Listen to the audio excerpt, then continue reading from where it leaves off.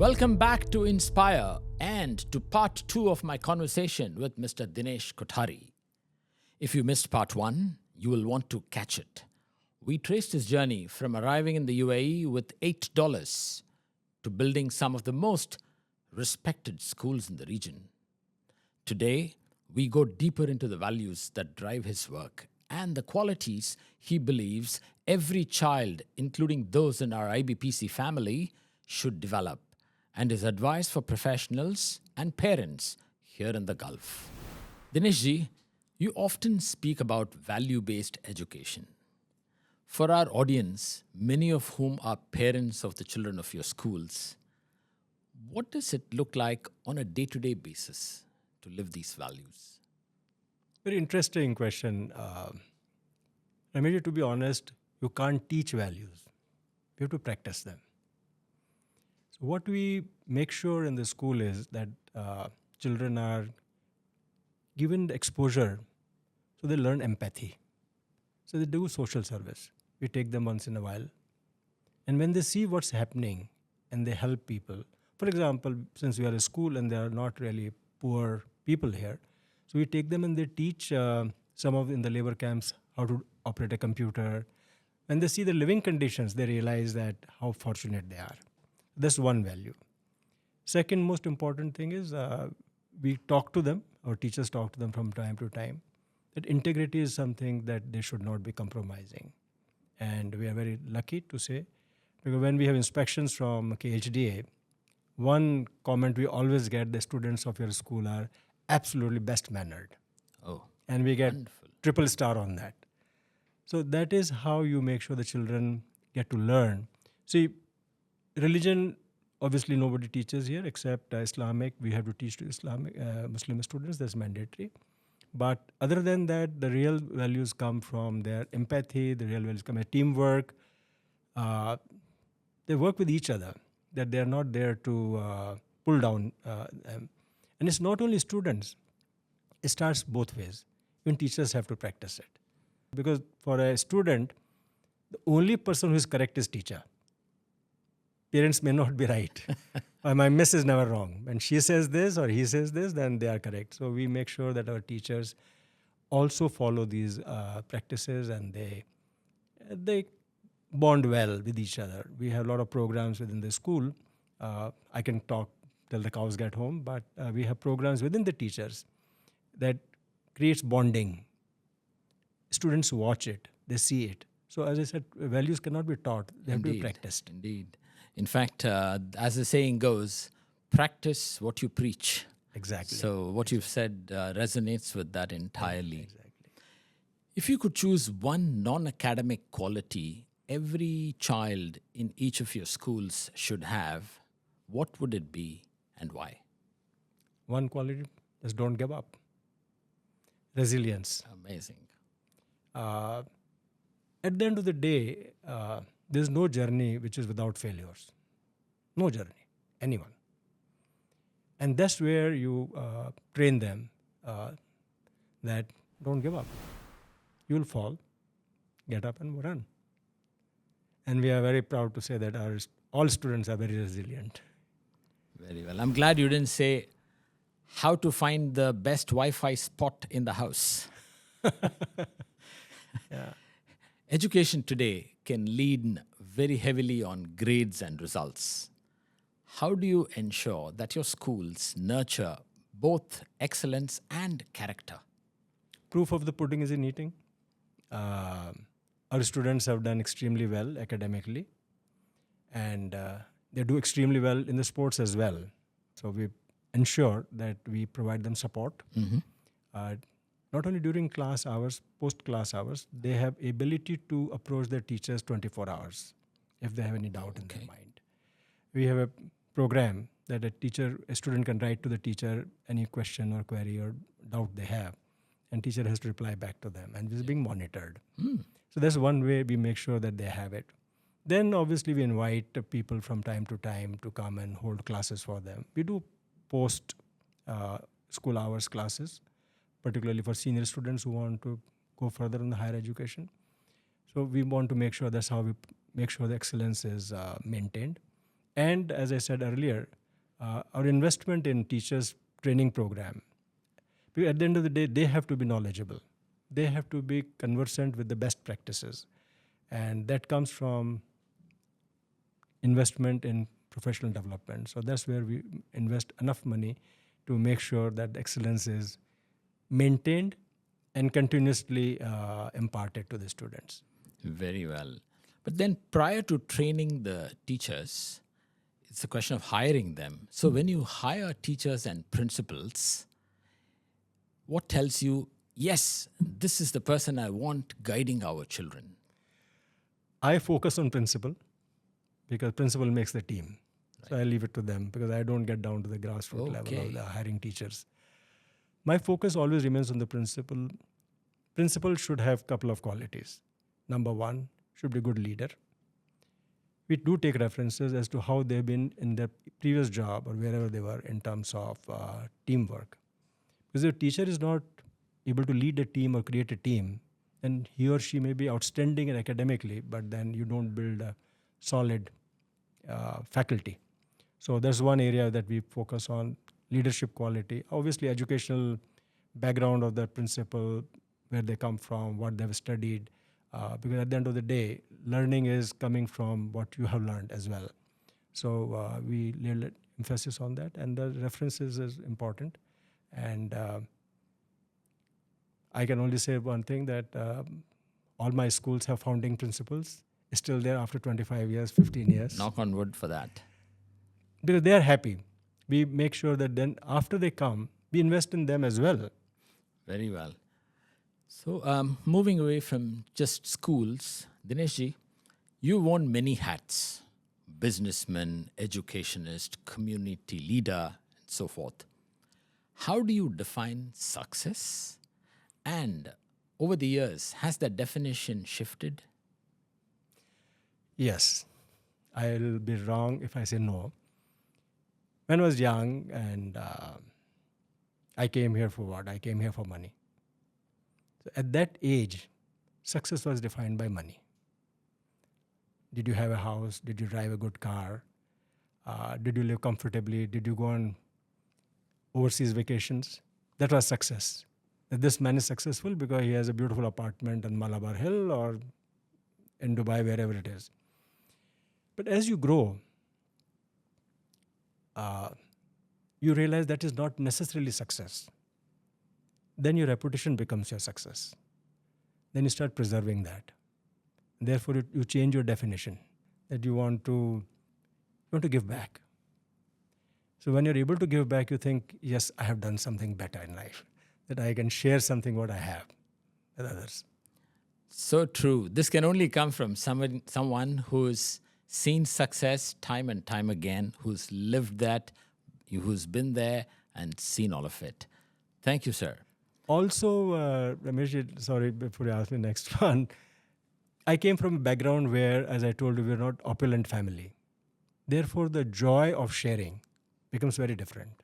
But then you realize that I've been able to bring a smile on somebody else's face as well. You're known for someone who's stayed grounded despite all that you've achieved. How do you keep that humility and balance? Partly your question has the answer. To remain grounded, you have to be grounded.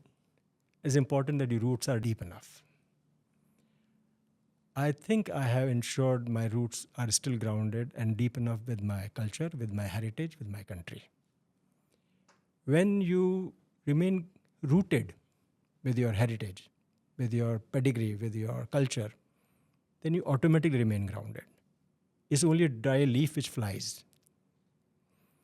The tree which has roots is able to withstand the storm. So that is one. Number two, I do keep reminding myself where I came from. I didn't come from an opulent background. So if you keep reminding yourself where you came from, and then you automatically think that what you got is you're blessed, but doesn't mean that that should alienate you with others. Right. Are there any habits, morning rituals or personal practices that have been key to your focus and resilience? Couple of things. I would say morning walks. Early morning, I go for my walk with friends. We do 5-6 kilometers every morning. I do my prayers before I leave my home. I spend about half an hour. And if my grandchildren are at home, then I make sure they join me in my prayers, which I do in the morning. They help me because when you spend that half an hour by yourself in meditation place or place of worship, your mind gets a special energy, and that makes you keep going because there are always challenges in life, and that's the time it tells yourself be resilient, don't give up. It'll happen. You'll fall. You'll get up and walk again. Resonates deeply. So no scrolling the phone first thing in the morning when you wake up. Is it? That straight away puts you in a very small category of successful people. No, I'm not good at it, scrolling the phone in the morning, as well as I try to make sure that when I go for my walk, I don't carry my phone with me Okay. so that I'm with myself that time. Yeah. Now, do you ever look back and think about a what if moment? Decisions that could have taken you on a different path? Not what if, but yes, there are always few things in life which you wish were different. I wish I gave more time to my parents. I left at a very young age. As I said, my father was a government servant. He ensured that 4 of us got the best of education. But it was the cost of his happiness or my parents' happiness. The means were limited. So when I did well, they are not around. Yeah. So that's the regret, that I didn't give them enough time to enjoy my success. That is so touching, really. Many of our IBPC members are Indian professionals and entrepreneurs, just like you were when you first landed in the UAE. What advice would you give them as they look to build not just careers, but legacies? Well, I'm too small to give advice, but a few things which I can say what has worked for me is number one, humility, integrity, resilience, compliance. Be on the right side of the law. There are times when you can take shortcuts and make money. But that doesn't go too far in life. So it's important that you are compliant, you fall on the right side of the law. This country has been wonderful. It has given us everything that we asked for. So what we have to ensure that we remain on the right side of the law. And resilience is important. And one thing, as we all have in life, which is sometimes we fail, introspect. Sit back and say, what went wrong? Yeah. Many times we try to put blame on someone else. That it's because of him this happened, or because of that it happened. No. We have to introspect and say, what should I have done at that time that I could have avoided this or I would have won? So I strongly believe in introspection. And I'll give it 1 minute of time. I have a philosophy I call every leader should have window and a mirror policy. The leader looks outside the window and gives credit to the people who work in the field. It's because of them I am here. Yeah. But when things go wrong, he looks in the mirror and says the buck stops here. So that's a leader. And I do tell my principals when I hire them that that's what I want you to be. Give credit to your teachers. They do a great job. That's why you are where you are. But there will be times when things go wrong. So this is what I would like to tell my friends in IBPC and young entrepreneurs. Don't find shortcuts. Work hard. Don't compromise integrity. There'll always be opportunities to make quick money, but that's not money that lasts long. And one thing that stays with you forever is your reputation.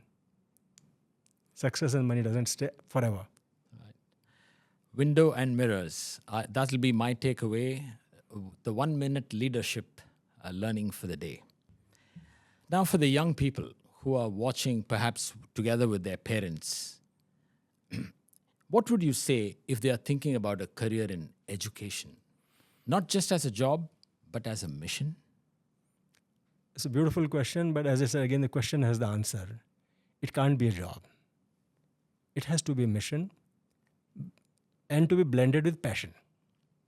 You cannot be a good educator, you cannot be a good teacher if you're not passionate about it. And the mission is to make sure these children who are under your care, they succeed in life. So it's a wonderful career. Let me tell you, it's a very satisfying career. Though I am not a teacher, but since we have so many students and my joys come in different places of the world, when students walk up, young men walk up to me and say, "Sir, I was a student of your school." Wow. That joy is amazing. And I always, when I talk to my students in the school, I tell them, make your teachers proud that after 20 years, you should say, he or she is my student. Indeed, indeed. Finally, what is your hope for the future of the Indian community here in the Gulf, especially the next generation growing up in our schools and homes? Well, the future in this country is fantastic. For younger people, for Indians in particular, the rulers of this country have been very benevolent, very forward-looking. They have never given us a feeling that we are outsiders. I've been here 51 years, and not once I felt that I am an outsider.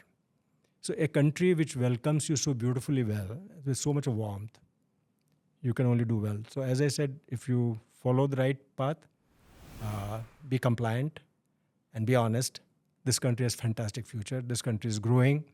The future is bright because the way technology is happening, the way things are happening here, there'll be opportunities in every field, from technology to finance to shipping or trading. Or this has become the platform, the gateway.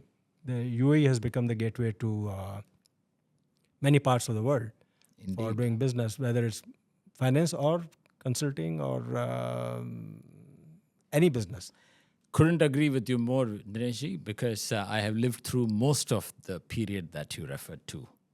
I came here 38 years ago and have seen the development with quality. It's not just growth, but growth with quality. Absolutely. From just $8 in his pocket to inspiring futures for 16,000 children, Mr. Dinesh Kothari's story reminds us that when you build with purpose, you just don't create institutions, you shape lives. Dineshji, thank you very much for sharing your journey, your values, and your hopes with all of us today. Your journey and values are an inspiration to the entire IBPC family. I'm inspired myself by the younger generation because there's so much to learn from them. You know, every time you meet these students or younger people, they are miles ahead of us. They are better informed than us. So it's a pleasure that I'm able to share my thoughts with you, and I'm able to share these thoughts with the families of IBPC members. And once again, these children have a wonderful future here. Work hard, be resilient, successful. Follow you, and then make sure your reputation is preserved. Very well. Thank you again. Thank you. Thank you. To our viewers, if this conversation inspired you, please like, share, and subscribe. And join us again for more Inspire episodes where we bring you real-life stories that matter. Until next time, keep building futures, keep learning every day, and keep inspiring those around you.